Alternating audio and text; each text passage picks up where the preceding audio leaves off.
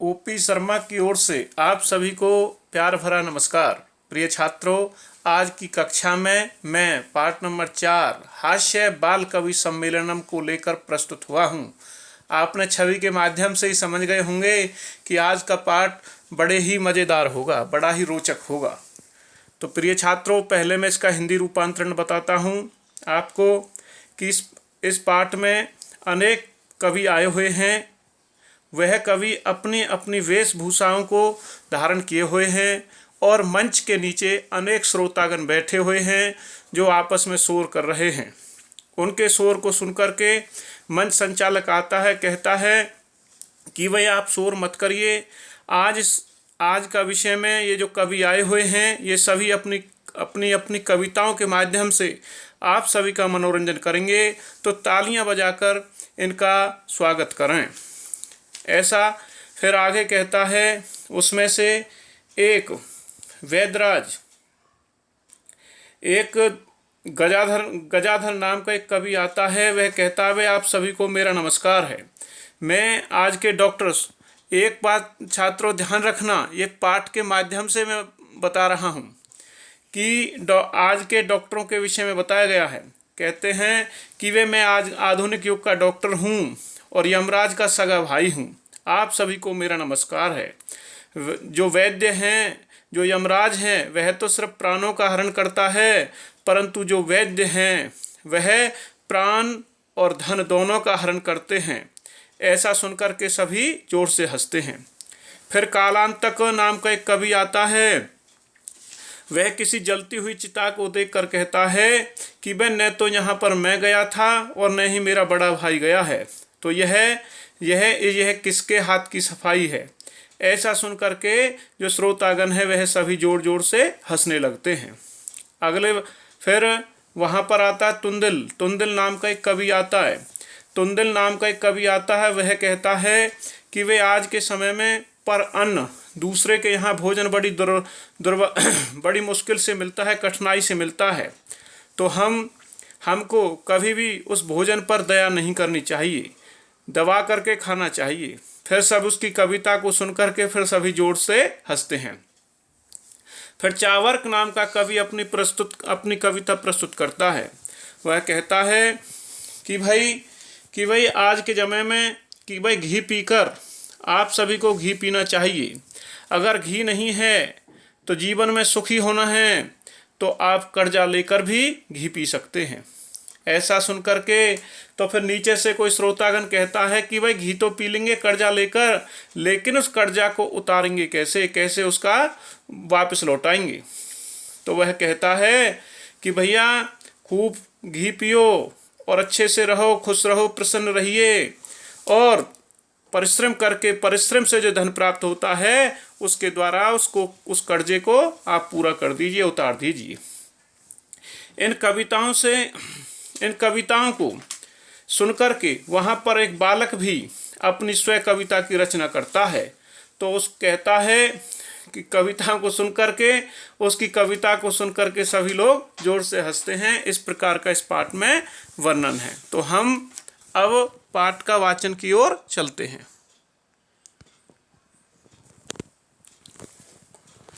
हास्य बाल कवि सम्मेलनम। विविध वेशभूषाधारण चत्वारः बालकवय मंचस्य उपरि उपविष्टाः सन्ति। प्रिय छात्रों, विविध माने अनेक प्रकार की वेशभूषा धारण, अनेक प्रकार के कपड़े पहने हुए, चत्वार माने 4, बालकवय मंचस्य उपरि उपविष्टाः सन्ति, कि मंच के ऊपर 4 बाल कवि बैठे हुए हैं। उपविष्टाः माने बैठे हुए, सन्ति माने हैं। अधः श्रोतारः हास्य कविता श्रवणाय उत्सुकाः सन्ति कोलाहलं च कुर्वन्ति। अधः माने नीचे, मंच के नीचे श्रोतारः माने श्रोतागण, ऑडियंस, हास्य कविता श्रवणाय, हास्य कविता को सुनने के लिए उत्सुक होकर कोलाहलम, शोर कर रहे हैं। कोलाहलम माने शोर करना। संचालक है अलम कोलाहलेन, कि भाई आप कोलाहल मत करिए, शोर मत करिए। अद्य परम हर्षस्य अवसर है यत् अस्मिन् कवि सम्मेलने काव्य हंतारः काल यापकश्च भारतस्य हास्य कवि धुरंधराः समागताः सन्ति। कहता है कि अलम कोलाहलेन, संचालक जो मंच चलाता है, कि भाई शोर मत करिए, अद्य माने आज परम हर्षस्य अवसर, आज बहुत ही खुशी का अवसर है कि अस्मिन काव्य सम्मेलन है, कि इस कवि सम्मेलन में काव्य हंतार है, काव्य की आत्मा को मारने वाले, अर्थात काव्य को मारने वाले, काल यापकस्य और समय को बर्बाद करने वाले, भारतस्य भारत के हास्य कवि धुरंधराः, भारत के हास्य कवि धुरंधर समागताः संति, आए हुए हैं। एहि करतल ध्वनिना वयम एतेषां स्वागत कुर्मः, कि यही माने इनका करतल ध्वनिना, तालियों बजा करके, तालियों की गड़गड़ाहट से, वह माने हम सब इनका स्वागत करें। गजाधर, अब गजाधर नाम का कोई कवि अपनी कविता को प्रस्तुत करता है। सर्वेभ्य ऐरसिकेभ्यो नमो नमः, सभी ऐरसिकेभ्यो, सभी नीरस लोगों को मेरा नमस्कार है। सर्वेभ्य ऐरसिकेभ्य, सर्वेभ्य माने सभी, ऐरसिकेभ्य नीरस लोगों को, सभी नीरस लोगों को मेरा नमस्कार है। प्रथमम तावत अहम आधुनिक वैद्यम, कि सबसे पहले मैं आधुनिक वैद्यम, आजकल के डॉक्टर के विषय में, उद्देश्य स्वकीयम काव्यम श्रव्यामि, कि उनके काव्य का, उनके ऊपर अपना काव्य सुनाना चाहता हूँ। हे वैद्यराज नमस्तुभ्यम, हे वैद्यराज तुमको मेरा नमस्कार है। यमराज सहोदर है, हे यमराज के भाई, हे यमराज के सगे भाई वैद्यराज, हे डॉक्टर मुझे मेरा नमस्कार है। यमस्तु हरति प्राणान, कि यमराज तो केवल प्राणों को हरता है, वैद्य प्राणान धनानि च, और जो आजकल के जो डॉक्टर हैं, आधुनिक युग के जो वैद्य हैं, जो डॉक्टर हैं, वे प्राण और धन दोनों का हरण करते हैं, दोनों को लूट लेते हैं। सर्वे उच्चे हसंती, सभी जोर से हंसते हैं। अब तो अगला कालांतक है। अब कालांतक नाम का कवि अपनी कविता लेकर प्रस्तुत होता है।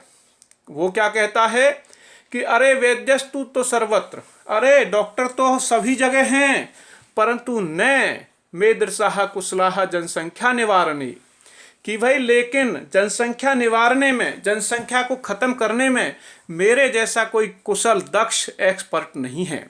मम अपि काव्यम इदम शृण्वन्तु भवन्तः, कि मेरा भी इस काव्य को सुने।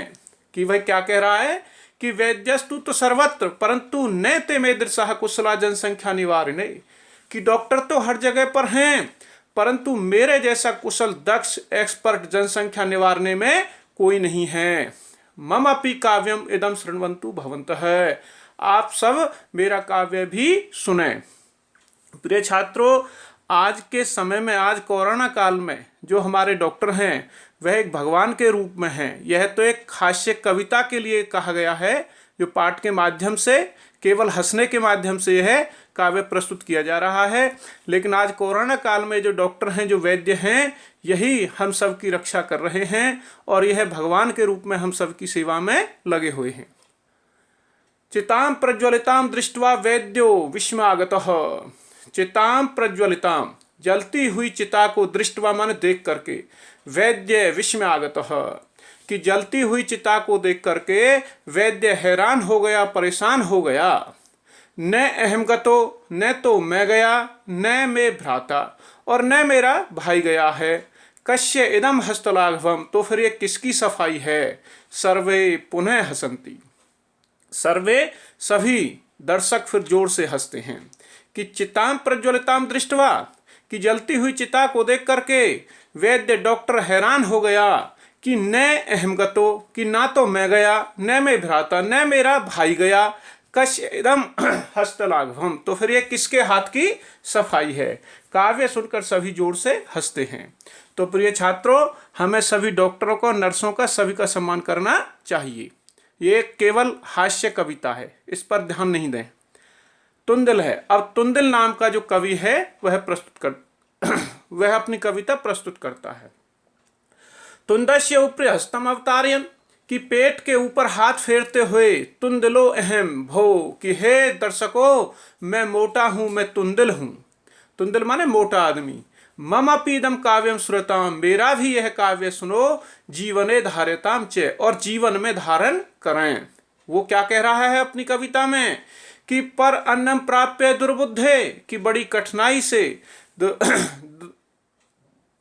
दुर्भाग्य से दूसरे के यहाँ पर, कि भाई पर अन्नम प्राप्य दुर्बुद्धे, कि बड़ी कठिनाई से पर अन्न माने दूसरे के यहाँ भोजन, दूसरे का अन्न बड़ी मुश्किल से प्राप्त होता है। माँ शरीरे दया कुरु, माँ माने मत, शरीर पर दया मत करो। कुरु में लोट लकार मध्यम पुरुष है, क्रिया धातु, कि भाई शरीर पर दया मत करो। पर अन्नम दुर्लभम लोके शरीरानी पुनः पुनः, कि इस लोक में, इस संसार में बड़ी कठिनाई से, मुश्किल से दूसरे के यहाँ अन्न प्राप्त होता है, भोजन प्राप्त होता है। शरीरानी पुनः पुनः, शरीर तो बार बार प्राप्त होता रहता है। सर्वे पुनः अट्टहासम कुर्वन्ति, सभी श्रोतागण बहुत जोर जोर से हंसते हैं। तो प्रिय छात्रों, अब चावर्क नाम का कवि अपनी कविता लेकर प्रस्तुत हुआ है, वह भी अपनी कविता सुनाता है कि आम आम शरीरस्य पोषणम सर्वथा उचितेव, कि हाँ, शरीर के लिए हमेशा पौष्टिक भोजन उचित होता है, हमेशा हमको पौष्टिक भोजन प्राप्त करना चाहिए। यदि धनम ने अस्ति, यदि धन नहीं है, तदा ऋणम कृत्वा पौष्टिक पदार्थे भोक्तव्यः, कि यदि धन नहीं है तदा ऋणम कृत्वापि, तो ऋण लेकर, अर्थात ऋण माने कर्ज लेकर भी पौष्टिक पदार्थ भोक्तव्यम, पौष्टिक पदार्थ खाना चाहिए। तथा कथयति चावर्क कवि, और इस प्रकार वह चावर्क नाम का कवि अपनी कविता सुनाता है। यावत जीवेत सुखम जीवेत, कि जब तक जीना है संसार में सुखी पूर्वक जीना है, कि जब तक जीवन जीना है सुख पूर्वक जीवन जीना है। ऋणम कृत्वा धृतम पिबेत, कि कर्ज लेकर भी, लोन लेकर के भी धृतम, धृतम माने घी को पीना चाहिए। श्रोतार है, तभी वहां से कोई श्रोतार कहता है, तरहि ऋणस्य प्रत्यर्पणम कथम, भाई घी तो पी लें कर्जा लेकर, लेकिन तरहि ऋणस्य प्रत्यर्पणम कथम, तो फिर उस ऋण को, उस कर्जे को किस प्रकार चुकाएंगे, किस प्रकार उसको वापस लौटाएंगे।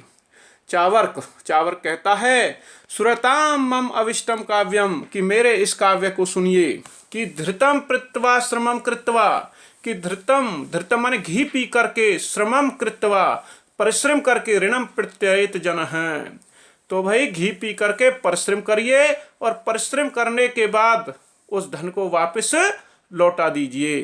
काव्य पाठ श्रवणेन उत्प्रेरित है, काव्य पाठ श्रवणेन उत्प्रेरित है। एक है बालको अपि आशु कविताम रचयति, कि काव्य पाठ सुन करके एक बालक वहां पर प्रेरित होता है, आशु कविता रचयति, और अपनी कविता रचता है। हास पूर्वकम च श्रवायति, हास पूर्वक हंसते हुए सुनाता है। बालक है वह क्या सुनाता है, सुरताम सुरताम भो, हे श्रोतागणों मेरा भी काव्य सुनो, मेरा भी काव्य सुनो। कि गजधर कवि च तुंदिल भोज्य लोलुपम, कालांतक तथा च कालांतकम तथा वैद्यम चावर्कम च नमाम्यहम, कहता है कि भाई, कि मेरे काव्य को भी सुनिए, कि गजधर कवि और खाने के लालची तुंदिल, कालांतक तथा वैद्य चावर्क को मैं नमस्कार करता हूँ। काव्यम श्रवेत्ता, काव्यम श्रवायता, काव्य को सुन करके हा लोग हंसने लगते हैं, जोर जोर से हंसने लगते हैं। इति कृत्वा हस्ति, अन्य चे अपि हसन्ति, और दूसरे भी हंसने लगते हैं, श्रोतागण भी हंसते हैं। सर्वम गृहम गच्छन्ति, और सभी अपने घर की ओर चले जाते हैं। तो प्रिय छात्रों, मैंने आपकी सुगमता के लिए, आसानी के लिए आपको यहाँ पर शब्दार्थ भी साथ में भेज रहा हूँ। इन शब्दार्थों के माध्यम से आप इस पाठ को और सरलता से समझ सकते हैं, पूरा कर सकते हैं। तो प्रिय छात्रों, इस पाठ को हम यहाँ पर ही समाप्त करते हैं। और इस पाठ में बेटा अव्यय हैं, ये अव्यय पद होते हैं। अव्यय पद कौन से होते हैं, जो कभी परिवर्तन नहीं होते हैं।